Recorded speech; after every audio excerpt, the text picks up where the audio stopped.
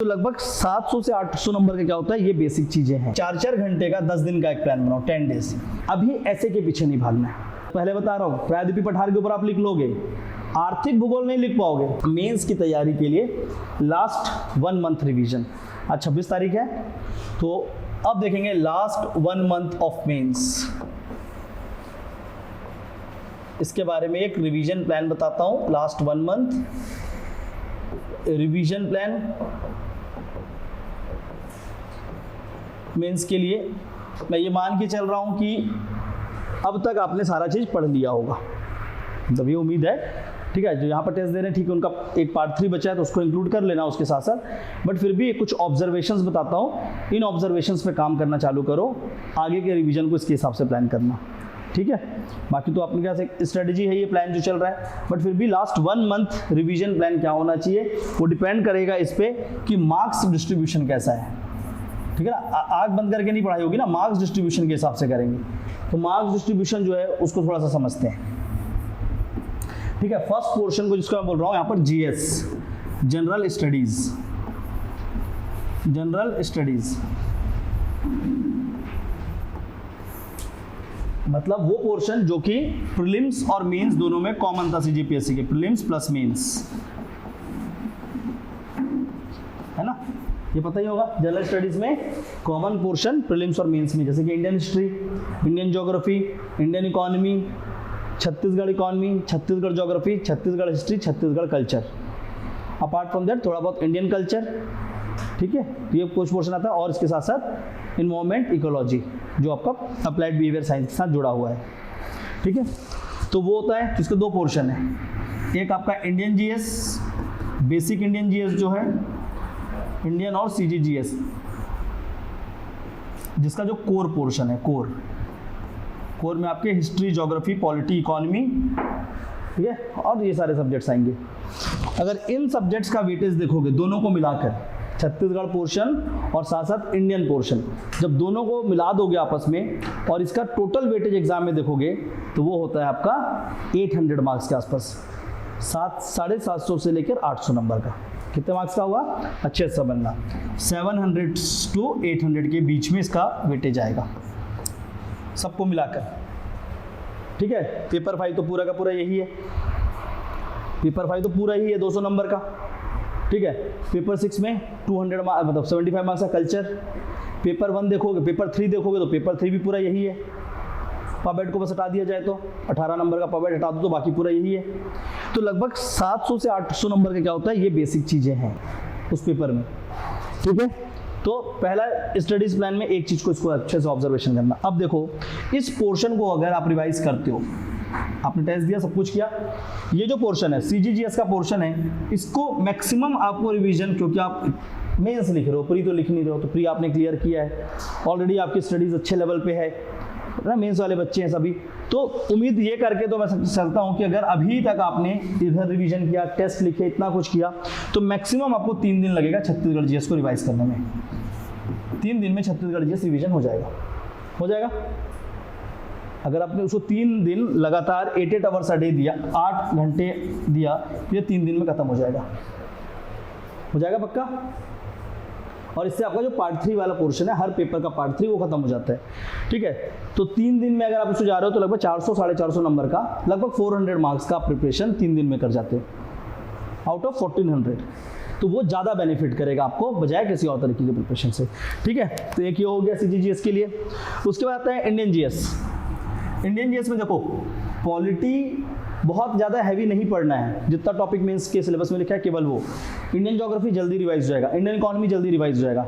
जो समय लेगा वो क्या लेगा आपका, हिस्ट्री को रोको पहले। बचे हुए जितने सब्जेक्ट्स उनको 2 दिन में रिवाइज करो, 2 डेज रिवीजन प्लान बनाओ, 2 से 3 दिन। ठीक है, 2 दिन या 3 दिन ले लीजिए, 2 से 3 दिन, और एक फुल डे इंडियन हिस्ट्री को दे दो, एक पूरा दिन दे दो इंडियन हिस्ट्री। उसमें जितना पढ़ पाओ पढ़ लेना, उसमें मतलब प्लान कर लेना कि एक दिन पूरा इंडियन हिस्ट्री को डेडिकेटेड पढ़ेंगे, जितना उसमें पढ़ पाए, जितना रिवीजन हो पाए। ठीक है, तो इन एंड अराउंड ये मान लीजिए कि 4 दिन। ठीक है, तो 3 दिन ये हो गया, और 4 डेज के आसपास का इसका प्लान। ज़्यादा लगेगा तो 5 दिन का कर लेना, 5 डेज। ठीक है, तो अगर आप इस तरीके से पढ़ोगे तो 8 दिन 8 डेज ये मान लेता हूँ 8 डेज और 8 × 8 मतलब ये जो आवर्स है, तो अगर 8 दिन आप 8-8 घंटे रोज पढ़ोगे तो आपका पूरा जीएस अच्छे से हो जाएगा, रिवाइज होगा। इसमें बहुत सारी ऐसी चीज़ें होंगे, 90% चीज़ें ऐसी होंगी, 60% तो पक्का होगा, 60 to 70% जो आपको आता होगा। उसके बिना प्रीलिम्स नहीं निकलता, उसके बिना आप मेंस तक नहीं पहुंच रहे होते। और मेंस के इतने सारे टेस्ट देने के बाद भी अगर आप बोलोगे कि गांधी इरविन पैक्ट के प्रावधान मुझे याद नहीं है, तो फिर आप प्रॉब्लम है, तब तो प्रिपरेशन में प्रॉब्लम है ना।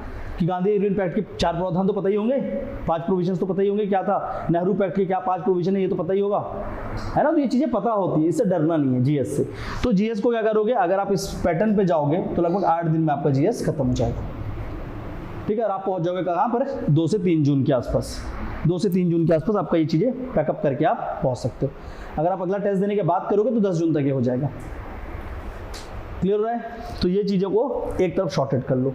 इसके बाद जो डेली बेसिस में आपका 4 घंटे ये हो गए, 8 ही घंटे मैंने इंगेज किया ना, 4 घंटे तो और पढ़ना ही पड़ेगा। एग्जाम चल रहा है, 12 घंटे से नीचे की तो पढ़ाई करोगे नहीं। मैं 15 घंटे लिख नहीं रहा हूँ, मैं 12 घंटे की बात कर रहा हूँ। फिर जो रिमेनिंग 4 घंटे बच रहे हैं कितने, ये पूरे दिन के, पूरा दिन कितने दिन का था, 8 डेज। तो आप इधर क्या करो, ये 4-4 घंटे का 10 दिन का एक प्लान बनाओ, 10 डेज। 10 दिन ये 4-4 घंटे को देकर यहाँ पर क्या कवर कर लेना है, पेपर 1 मतलब जो लैंग्वेज का पेपर है उसको अच्छे से कवर कर लो, लैंग्वेज के पेपर को अच्छे से कवर कर लो। और उसके बाद पेपर 4 साइंस बायो, साइंस के अंदर वो बायो, फिजिक्स, केमिस्ट्री और इसके साथ साथ मैथ्स, इसको डेली बेसिस में इसको कवर करो। 4 घंटे का प्लान बना, 10 दिन का प्लान बनाना, वो प्लान आपको बनाना पड़ेगा कि इसको मैं 4-4 घंटे पढ़ के कवर कर लूँगा और ये हो जाएगा। अब आपने हिंदी लैंग्वेज पूरा पढ़ा होगा, साल भर पढ़ा है या 6-6 महीने से पढ़ा है, तो हिंदी को उठाए 3 दिन में रिवीजन किए, 4-4 घंटे करके 12 घंटे में हिंदी का रिवीजन किए। 2 दिन वैसे किए क्या, छत्तीसगढ़ का रिवीजन। फिर उसके बाद 2 दिन बैठ गए किसका रिवीजन करने, आपका इंग्लिश का। उधर आपने उठाया कि मैं आज बायो पढ़ूंगा, 1 दिन पूरा बायो पढ़ लिए, 1 या 2 दिन में रिवीजन। 2 दिन में से 1 दिन निकालिए फिजिक्स के लिए, 1 दिन केमिस्ट्री के लिए। तो उस तरीके से पढ़ना है, ठीक है। तो क्या होगा, इसके साथ साथ आपका पेपर 1 पेपर 4 रेडी हो जाएगा। यहाँ पर आपका क्या हो रहा है, ये पेपर। अभी ऐसे के पीछे नहीं भागना है। ऐसे आप संडे मेरे साथ कर रहे हैं, लगातार इतना किया हुआ है, ऐसे के कंटेंट ऑलरेडी बन चुके हैं। अब एकदम से ऐसे करूँगा ऐसे करूँगा अगर ये भागना नहीं है। और करंट अफेयर के बुकलेट के पीछे नहीं भागना है। और इस बार कोई भी करंट अफेयर बुकलेट आएगा सब ऐसे की बुक है, क्योंकि करंट अफेयर इस साल है ही नहीं। दोनों गवर्नमेंट जब किस में चल रही है, चुनाव में चल रही है, तो ज़्यादा करंट अफेयर दिख नहीं रहा है, ठीक है। तो इस पोर्शन को अगर पकड़ते हो आप अच्छे से, इस प्रोपोर्शनेट को पकड़ोगे तो क्या होगा, 700 to 800 मार्क्स का प्रिपरेशन हो गया। ये दोनों मिलाकर 400 मार्क्स का प्रिपरेशन ये हो गया, ठीक है ना। तो लगभग 400 नंबर का उधर प्रिपरेशन हो जाएगा। ये 700 से 800 नंबर का आ जाएगा, ठीक है। 700-800 में थोड़ा सा कम हो जाएगा, 650 से 700 लिखो उसको, 650 से 700 नंबर का प्रिपरेशन यहाँ पर है, अगर इसको ऐसे देखोगे तो, ठीक है ना। और ये कंसोलिडेटेड 400 मार्क्स का प्रिपरेशन हो जाएगा। तो लगभग 1200 के आसपास के आपके मार्क्स यहीं पर छुपे हुए, ठीक है। लगभग 1150 से लेकर, मैं एवरेज मार्क्स बता रहा हूँ ना, तो 1100 से 1150 मार्क्स या लगभग 1200 मार्क्स आपके यहाँ पर छुपे हुए। तो इसलिए ये जो पोर्शन है, जो पोर्शन क्या है आपका, रेगुलर स्टडीज है, जिसको आप साल भर पढ़ते हैं, रेगुलर है, वो लगभग इस पेपर में कितने नंबर का है, 1150 नंबर का। तो वो 1150 का रिवीजन भी आप करोगे ना, तो लगभग 10 से 12 दिन में हो जाएगा, एकदम अच्छे से हो जाएगा, ठीक है। और जो रिमेनिंग पार्ट है जिसके लिए ज़्यादा परेशान है, जैसे कि आपका हो गया पब एड, देखो पब एड 18 मार्क्स के आसपास का आता है केवल, ठीक है। मैं हाईएस्ट साइड में बता रहा हूँ, 18 से 20 नंबर पब एड। इसके बाद आता है आपका सोशियोलॉजी, फिलॉसफी और पेपर 7, ये कुछ हिस्से, ठीक है। तो इसको ही मान लो आप 200 नंबर, और ये दोनों मिलाकर आ जाएगा आपका 125 नंबर, ठीक है। तो कितना होगा, लगभग 300 मार्क्स के आसपास ही आता है। तो 1100 के बाद 300 मार्क्स ऐड करो तो ये टोटल हो जाएगा, ठीक है। पब को मैंने यहाँ पर इंक्लूड कर लिया था, फिर भी अगर अलग से करेंगे तो ये लगभग ज़्यादा नहीं है, कितना है, 350 मार्क्स या 325 मार्क्स के आसपास का मान लो। अगर ओवरलैप करेंगे तो 325 नंबर के आसपास होगा। तो इसके लिए बहुत ज़्यादा कभी परेशान मत हो, पहले एक बार इसको कंसोलिडेट कर लो। ये कर लेने के बाद क्या होगा ना, इसको जब पढ़ने बैठोगे ना तो हर बार डर लगता है, हर बार आपको क्या लगेगा, डर लगेगा कि इसको कब खत्म करूँ, इसको कब खत्म करूँ। मैं बोल रहा हूँ पहले इसको कंसोलिडेट कर लो। आपने इसको अभी भी पढ़ा है, ये जस्ट अभी टेस्ट दिया सोशियोलॉजी का, फिलोसफी का, पेपर 7 का, अभी देते ही चल रहे हो, ठीक है। तो अभी अगला क्या करोगे, नेक्स्ट 10 डेज का एक प्लान बनाकर इन सभी का रिविजन कर लो। फिर उसके बाद आप पहुँचोगे कहाँ पर, 4 या 5 के आसपास, ठीक है। उस समय आपका क्या होगा, पीएससी पैटर्न पे जो टेस्ट हो रहा होगा, जब टेस्ट हो रहा होगा तो ये सारे के पेपर आप अच्छे से लिख पाओगे, ये पेपर बहुत अच्छे से लिखाएगा आपका। और क्योंकि आपने सोशियोलॉजी फिलॉसफी सब पढ़ा था अभी तो पेपर वाले दिन पे उनको रिवाइज करके आना। पेपर वाले दिन पे इनका रिवीजन नहीं करके आना है, पेपर वाले दिन में किसको रिवाइज करके आओगे? जैसे सोशियोलॉजी फिलॉसफी का पेपर है तो उस दिन सोशियोलॉजी फिलॉसफी को रिवाइज करके आओगे, छत्तीसगढ़ कल्चर को नहीं करके आना रिवाइज। पेपर 7 का पेपर है उसको अच्छे से रिवीजन करके देना, ठीक है। तो जो जो पेपर ऐसे रहेंगे जिसका आपने रिवीजन नहीं किया है उसको रिवाइज करके लिखना, ताकि उसके पॉइंट आपके कंसोलिडेटेड आए और इसको आप रिकॉल बेस्ड पे लिखोगे, ठीक है। तो ये कंप्लीट होगा आपका लगभग 5 जून के आसपास। और 5 जून से लेकर मान लेते हैं 10 जून के बीच आपने टेस्ट लिखा है, इस बीच में आपने टेस्ट लिखा और बाकी सब चीज़ों को रिकॉल करने की कोशिश किया। यहाँ पर टेस्ट लिखना प्लस जितने भी टेस्ट पेपर है अभी तक के, टेस्ट पेपर अभी तक जितना भी क्लास में हुआ, प्रीवियस ईयर क्वेश्चन वो, और आपकी जो आंसर राइटिंग कॉपी है, आंसर राइटिंग कॉपी को तो खैर इसमें रिवीजन उसी को पढ़ना है। अभी यहाँ जब रिवीजन करने बैठोगे तो पूरा आंसर राइटिंग कॉपी को ही पढ़ना है, ठीक है। आंसर राइटिंग कॉपी के बाहर कुछ मत पढ़ना, सीधा आपका एग्जाम निकल जाएगा। एक भी क्वेश्चन उस कॉपी के बाहर नहीं जाएगा, इतना मैं आपको पहले से बोल दे रहा हूँ। और एक आध आया एक्सेप्शनल तो वो एक आध ही होगा, एक पेपर में एक क्वेश्चन एक्सेप्शन होगा, नहीं तो सब आपके आंसर राइटिंग कॉपी में लिखवा दिया है, चाहे वो करंट हो चाहे कुछ भी हो। Everything is in your answer writing copy, believe me, ठीक है। मैं क्लेम नहीं करूंगा कि ये क्वेश्चन दिया है नहीं दिया है, पर आप खुद बता दोगे आके कि सर ये क्वेश्चन आया था और ये एग्जैक्ट क्वेश्चन हमने किया था। इसलिए बोल रहा हूँ वो आपका एकदम जार्गन है, वो चीज़ें हैं जो आपको एग्जाम निकाल के देगी।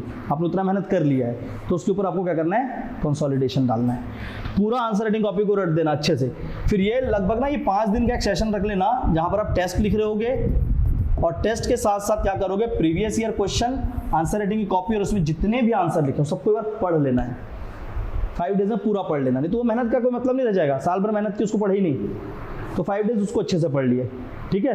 तो ये हो जाएगा आपका लगभग 10 जून के आसपास। फिर आप क्या करोगे? 11 से लेके 20 जून का एक प्लान बनाओगे, 11 to 28 जून। फिर आएगा 11 से 20 जून का एक प्लान। अब 11 से 20 जून पे देखो, जो इंडियन जीएस और जो छत्तीसगढ़ जीएस यहाँ पर जो आप लास्ट रिवीजन कर रहे हो, क्योंकि 10 दिन कर रहे हो, अच्छे से समय लेकर अच्छे से पढ़ लेना। उसको रिकॉल करने में उतना ज़्यादा क्या नहीं जाएगा? समय नहीं जाएगा, वो आधे से ज़्यादा चीज़ें याद रहती हैं, ठीक है। तो इस 10 दिन में क्या करोगे? शुरू के 2 से 3 दिन, 2 to 3 डेज बिल्कुल एकदम फास्ट मोड में, फास्ट मोड में रहना है यहाँ पर। चलो 4 दिन कर लो, 2 to 4 डेज, 3 to 4 डेज, बिल्कुल फास्ट मोड में जिसको 10 दिन में पढ़ा उसी को रिवाइज करना। और यहाँ पर रिवीजन का आधार क्या होगा? केवल और केवल टेस्ट पेपर, सिर्फ और सिर्फ, और जितना भी आंसर लिखा है, और कुछ भी नहीं पढ़ना, कोई नोट्स नहीं खोलना अपना। जितने क्वेश्चन आपके कॉपी में लिखे हैं आंसर राइटिंग के में, जितने क्वेश्चन आपके टेस्ट पेपर्स में हैं, सिर्फ उसको याद कर लेना, इतना बिलीव करके जाना है। आप पेपर वहाँ पर बैठोगे, आप 1400 में से पाओगे कि उनमें से था 1300 मार्क्स का पेपर, इवन 1350 का रहेगा, इतना मैं आपको बिलीव दे रहा हूँ। और 10-15 नंबर 20 नंबर का क्वेश्चन अगर हर पेपर में भी नहीं भी आया कोई दिक्कत नहीं, उतना नहीं जाएगा, लेकिन ठीक है ना। तो एकदम अच्छे से यहाँ पर कवर करना, क्योंकि उससे ज़्यादा रिवाइज नहीं कर सकते। अगर आप बोलोगे कि नहीं यहाँ पर हम पूरा किताब पढ़ेंगे, पॉसिबल नहीं। हिस्ट्री की बुक उठाओगे वही ले जाएगा आपका 5 दिन, तो पॉसिबिलिटी ही नहीं है। तो बेस्ट पॉसिबिलिटी क्या है? बेस्ट पॉसिबिलिटी आपका क्या है? Answer writing, answer writing copy, वो बेस्ट पॉसिबिलिटी जो आपके पास है। इट इज़ मोर लाइक कि हाँ ये क्वेश्चन अब आ रहा है एग्जाम में, हम मान लेते हैं, हमको ये चीज़ करवाया कि हम उसको पढ़ के जाते हैं एक ट्रस्ट के साथ, और वो बनेगा। ऐसा कौन सा क्वेश्चन नहीं होगा जो आप सोचोगे और वो आपने लिखा नहीं होगा, अगर आप आंसर राइटिंग में थे तो ऐसा एक भी क्वेश्चन नहीं होगा, ठीक है।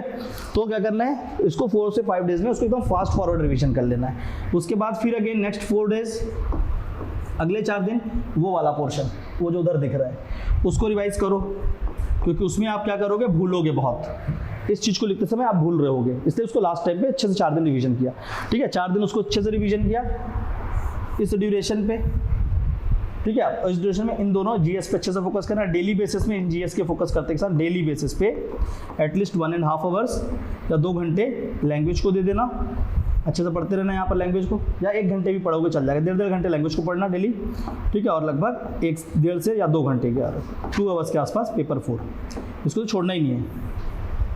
यह हो गया। इसी बीच अगर चाहोगे तो ऐसे को एक बार रिवाइज कर लोगे, नहीं भी करोगे कोई दिक्कत नहीं, ऐसे का कंटेंट बना हुआ रखा है ना, थोड़ा थोड़ा पढ़ा हुआ है आपने, तो कंटेंट रखा हुआ है। फिर आएगा आपका 21 से लेकर 20 तारीख से ले लेते हैं अपन, 19 तक करना उसको, 20, 21, 22, 23 और 24 को आपका एग्जाम है, ठीक है।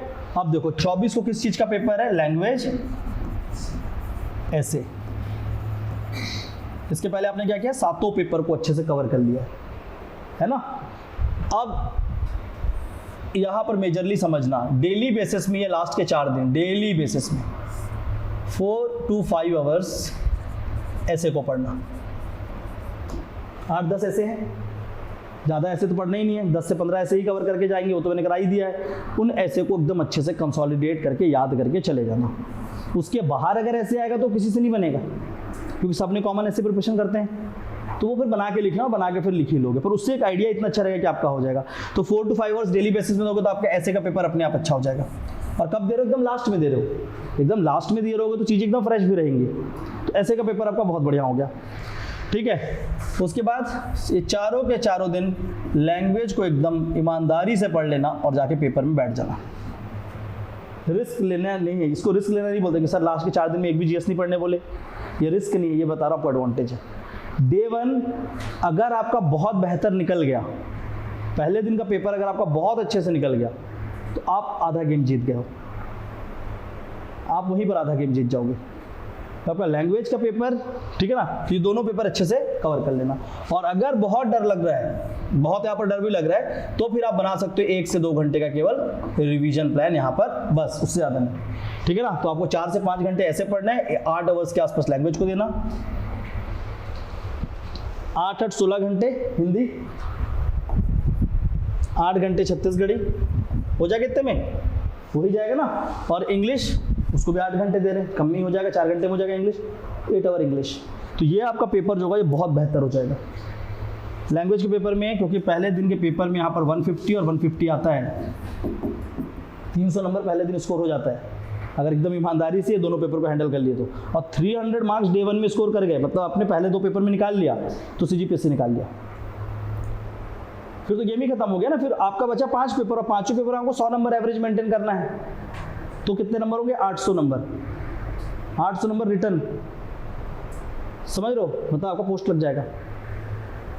और ऐसा तो नहीं है कि 100 ही नंबर आएगा, वो तो एवरेज है ना। इसका बच रहा है ना पेपर 4, पेपर 4 बच रहा है जहाँ पर आप 150 पहुँचोगे, हाँ वही बोल रहा ना, बाकी तो पेपर आपका बच ही रहा है, तो वहाँ तो आप स्कोर कर जाओगे। तो इसलिए बोल रहा इन दोनों पे पूरा जान लगा देना।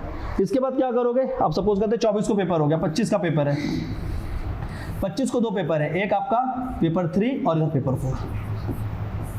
पेपर 3 मेरे ख्याल से रिवीजन करके मत जाना, तो मैं होता आपकी जगह तो मैं नहीं जाता। जितना हिस्ट्री पढ़ना था पढ़ लिया है, जितना पॉलिटी पढ़ना था पढ़ लिया है, जितना पॉबेट पढ़ना था पढ़ लिया है, साल भर पढ़े, वहाँ जाके लिख देंगे। मतलब मैं अपना पर्सनली बोलूँ तो मैं नहीं पढ़ के जाता यहाँ पे, अगर आपकी जगह होता तो हिस्ट्री में मैं दिमाग लगाता ही नहीं, जाके सीधा पेपर बैठता, ठीक है। और पूरा उस दिन अच्छे से फोकस करता कहाँ पे, पेपर 4 के लिए। मतलब एग्जाम से गए तो लगभग मेरे को 4 से 5 घंटे यहाँ पर मिल रहे हैं, शाम रात के, मॉर्निंग जल्दी उठ जाते तो लगभग 2 से 3 घंटे यहाँ मिल जाते हैं। इस स्लॉट में मैं पेपर 4 को अच्छे से प्रैक्टिस कर लेता। क्यों, क्योंकि मेरे को फिर पता है कि पेपर 4 में मैं 150 ला रहा हूँ, और पेपर 3 में मैं एवरेज भी लिख के जाऊँगा, क्योंकि इतना सारी चीज़ें पढ़ी हुई सब चीज़ें, तो 120 तक तो पहुँच जाऊँगा। वो 120 को 150 मैं नहीं कर पाऊँगा, एग्जामिनर देगा नहीं। पेपर 3 में नंबर वैसे भी उतना नहीं जाता, ठीक है। तो हिस्ट्री ज्योग्राफी, हिस्ट्री तो बनेगा ना, इतने समझ पढ़ो छत्तीसगढ़ हिस्ट्री, नहीं है कॉन्फिडेंस, मेंस वालों कॉन्फिडेंस लाना है चेहरे में, ठीक है। तो ये हो जाएगा आपका, तो आप इस पर फोकस करो। इसको भी कोशिश करो कि यहाँ पर भी आप 150 के आसपास ये तीनों में टच करने का कोशिश करना। 140 भी एवरेज निकालोगे तो भी बहुत नंबर है। फिर उसके बाद आता है नेक्स्ट डे पेपर 5 और पेपर 6, पेपर 5 और पेपर 6, ठीक है। फिर अगेन इस तरह से स्लॉट बना लिए, लगभग 3 घंटे के आसपास 3 आवर्स का एक स्लॉट ले लो, ऐसा 1-2 घंटे का ले लो, और एक दिन नेक्स्ट मॉर्निंग का 2 से 3 घंटे का, या 2-2 घंटे का, ऐसे 7 से 8 घंटे ही आप पढ़ सकते हो, उससे ज़्यादा नहीं पढ़ सकते, क्योंकि बाकी तो सोना भी पड़ेगा, ठीक है। 6 से 7 घंटे ही सो पाओगे। अब इसको इस तरीके से ब्रेक कर लेना, जिसमें से कम ये 2 घंटे का स्लॉट रखना, इकोनॉमिक सर्वे छत्तीसगढ़ के रिवीजन का प्लस बजट, सर्वे और बजट का रिवीजन कर लेना 2-3 घंटे में अच्छे से। डेटा पूरे आपको याद रहने चाहिए, चाहे उसको आप रात को करो या अर्ली मॉर्निंग करो, तो मेरे ख्याल से रात को कर लेना। डेटा अपने याद भी होगा आपको, लेकिन एक बार रिवाइज जरूर कर लेना, क्योंकि डेटा ओरिएंटेड क्वेश्चन आएगा। जब पेपर में आप बैठोगे सीधा वो डेटा पूछ लेगा, आप क्या कर लोगे, ठीक है ना। यहाँ पर क्या करोगे, 2 से 2.5 घंटे इकोनॉमिक सर्वे और डेटा का काम कर लेना। फिर ये जो बच रहा है आपका 2 से 2.5 घंटे यहाँ पे, इसमें क्या करेंगे, इकोनॉमिक ज्योग्राफी, आर्थिक भूगोल को पढ़ के जाना। भौतिक भूगोल लिख जाओगे, हिमालय के बारे में आप लिख लोगे। भारत के तेल की जितने क्या है पाइपलाइन है उसका डिटेल दो, नहीं बनेगा पेपर में। ऑयल पाइपलाइंस का डिटेल लिखिए, अगर क्वेश्चन आएगा 10 नंबर में, नहीं लिख पाओगे, मेरी बात को मान लो, ठीक है। आप एक आध दो नाम याद आ जाएगा कि हाँ हल्दिया जगदीशपुर, अरे ऐसे कैसे नहीं, अभी लग रहा है ना, पेपर में नहीं लिख पाओगे, मेरी बात एकदम ध्यान रखना।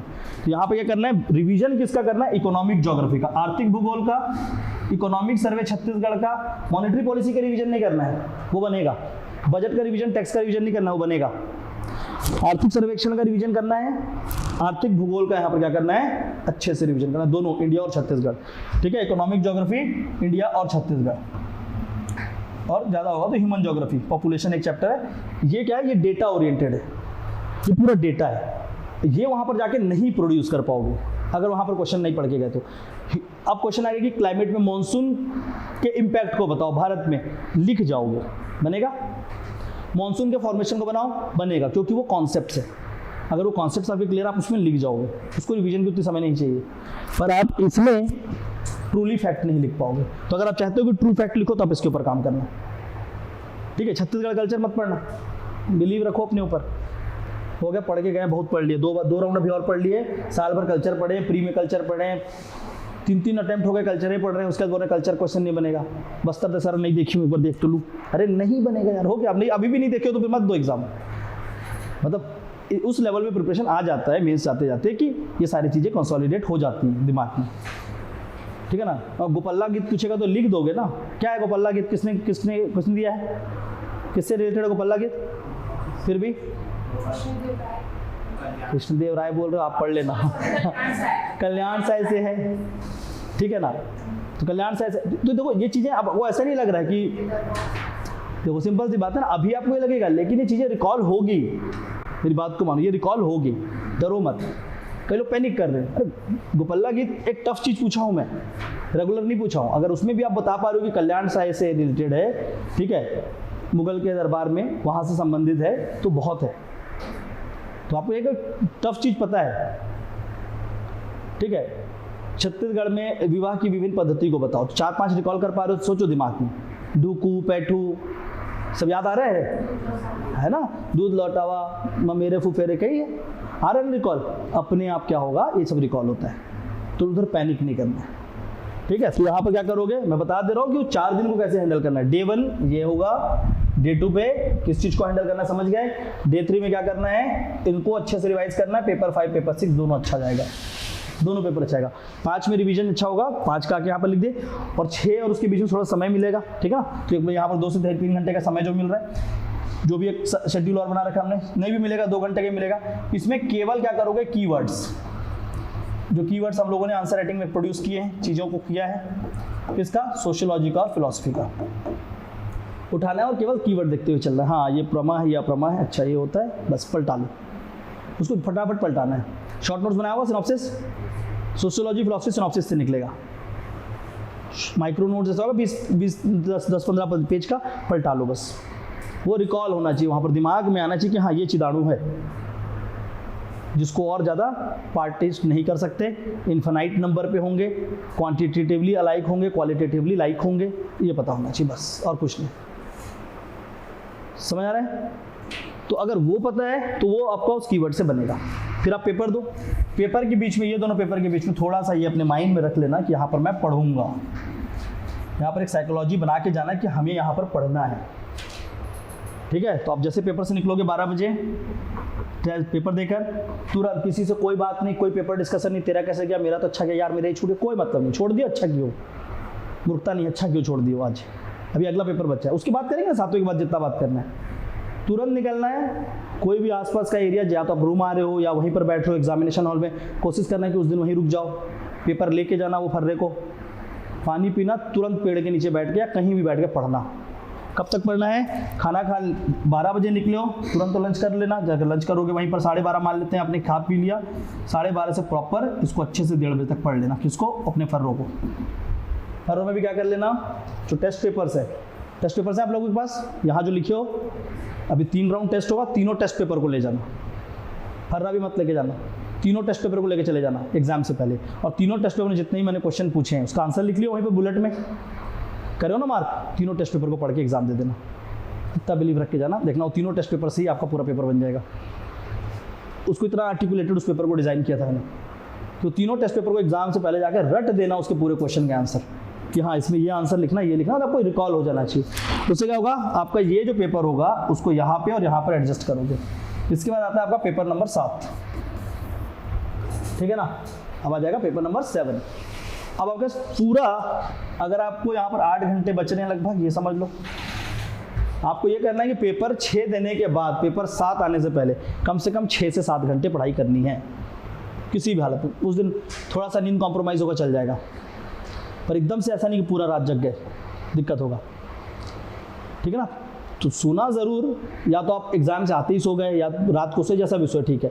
नींद ले लेना 5-6 घंटे का, 5 घंटे का नींद उस दिन सफिशिएंट होगा, 4-5 घंटे का भी एक नींद ले लोगे सफिशिएंट होगा, ठीक है। पर कोशिश करना कि यहाँ पर 7-8 घंटे अच्छे से पढ़ना है, 7 to 8 आवर्स अच्छे से पढ़ना है। पढ़ना किस चीज़ को है, पहली बात तो पेपर 7 पार्ट 1 सेक्शंस बताया था आपको, लिख लेना एक जगह पे, एक पेज बना ली होगी ना, तो वही करना। इसको भी डिवाइड कर लेना, टाइम को डिस्ट्रीब्यूट करना।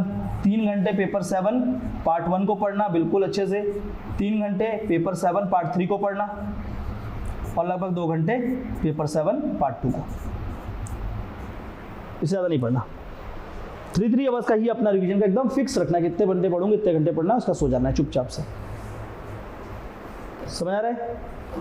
तो इसमें थोड़ा सा आप अपने आप को डाल सकते हो, क्योंकि एग्जाम देके आने के बाद सोने के लिए इनफ समय है, सब कुछ हो जाएगा। तो ऐसा एडजस्ट करना। इससे क्या होगा कि जो पोर्शन वो है जो भूलते हैं, रिकॉल नहीं होता, वो सबसे पहली बात आपका रिकॉल हो रहा होगा। एग्जामिनर आपको बीट नहीं कर पाएगा। और कोई देखो एक्स्ट्रा क्वेश्चन देगा तो बात अलग है, रेगुलर क्वेश्चन पे आपका कंटेंट डेवलप्ड है, उसका 2 राउंड आपने 10-10 दिन, अभी 30 डेज में से आपने 2 बार उसको अच्छे से रिवाइज कर रखा है, एक बार 10 दिन में, एक बार इधर, तो ऑलमोस्ट 14 डेज दे दिया है। 14 से 15 दिन आप क्या कर रहे हो, रेगुलर चीज़ों को रिवाइज किए हुए, ठीक है ना। तो अगर इस तरीके से जाओगे तो ये लास्ट 1 मंथ के लिए एकदम सुटेबल प्लान होगा, जो आपको एग्जाम निकाल कर देगा, जो आपको एग्जाम में बहुत अच्छे लेवल पे ले जाके रख देगा, ठीक है। तो ये मेरे तरफ से एक प्लान है, अगर आप उसको एग्जीक्यूट करना चाहते हैं तो आप कर सकते हैं, अगर आप नहीं करना चाहते, आपके अपने कुछ प्लान्स थे तो वो कर लीजिए, कोई दिक्कत नहीं। बट ये लास्ट डेज का जो है ना, ये यहाँ जो बताया है, इसको प्लीज़ फॉलो करना। अगर आप चाहते हो ना कि आपका पेपर में चीज़ें कवर हों और आप भूलो ना, तो आप इसको फॉलो करके जाना, यहाँ जो बताया है, ठीक है ना। देखो जैसे आप जाओगे पेपर देने, यहाँ पर पेपर 3 पेपर 4 में मैंने बोला पेपर 4 को रिवाइज करो, 3 को मत करो, ठीक है। अब 3 में सपोज करते हैं कि क्वेश्चन आया, 3 में आया क्वेश्चन कि समुद्रगुप्त के विजय अभियान को बताइए, ठीक है ना, जो क्या है उसका विक्टोरियस एक्सपेडिशंस, उसको बताओ, वो बन जाएगा, वो उस दिन भी बन जाएगा। उत्तर की ओर, दक्षिण की ओर, पश्चिम की ओर, पूर्व की ओर, उत्तर पूर्व की ओर, प्राथमिक राज्यों में, जंगली राज्यों में, ठीक है, वो बन जाएगा। अब वहाँ पर वो क्वेश्चन ये पूछ लेगा, एकदम डिफिकल्ट क्वेश्चन को उठाकर, ठीक है, कि ब्रिटिशर्स का कोई ऐसा पॉलिसी को लाकर पूछा जो आपने कभी सुना ही नहीं है। पब्लिक सेफ्टी बिल के बारे में डिटेल में लिखें। तो पब्लिक सेफ्टी बिल क्या है वो तो थोड़ा सा पता है कि भगत सिंह एपिसोड से बताया, पर पब्लिक सेफ्टी बिल के प्रोविजन को लिखो पूछेगा तो किसी से नहीं बनने वाला, क्योंकि वो नॉर्मल हिस्ट्री की किताबों में नहीं लिखा होता है। समझ आ रहा है। तो ऐसी चीज़ों को साफ साफ छोड़ दो, साफ साफ छोड़ देना, नहीं बनना है किसी से। तो आपको वहाँ पे ज़्यादा अपने आप को मेहनत रखना है जहाँ पे आप रिजल्ट दे पाओ, बजाय उस जगह पे जहाँ पे रिजल्ट आने के बीच में कोई बाधा हो, ठीक है। और इसके बाद जैसे आप लोगों का टेस्ट खत्म हो जाएगा अगले हफ्ते का 2 जून का, तो उसके बाद मैं कुछ वीडियोस के थ्रू करंट अफेयर को क्वेश्चन आंसर फॉर्मेट में करवा भी दूंगा। तो उसको क्वेश्चन आंसर फॉर्मेट में उन क्वेश्चन को कर लेना। डेली इवनिंग पे या नाइट पे एक वीडियो अपलोड कर दूंगा, ठीक है, 10-15 मिनट का रिफ्रेशमेंट की तरह, उसको देख लेना और वो वीडियो आपके काम आ जाएगा। क्लियर इतना। तो इस प्रोपोर्शनेट पे अपने प्रिपरेशन को आज से अगले 30 दिन के लिए प्लान करो और देखना एग्ज़ाम अपने आप अच्छा होगा, ठीक है। ओके, चलिए, थैंक यू।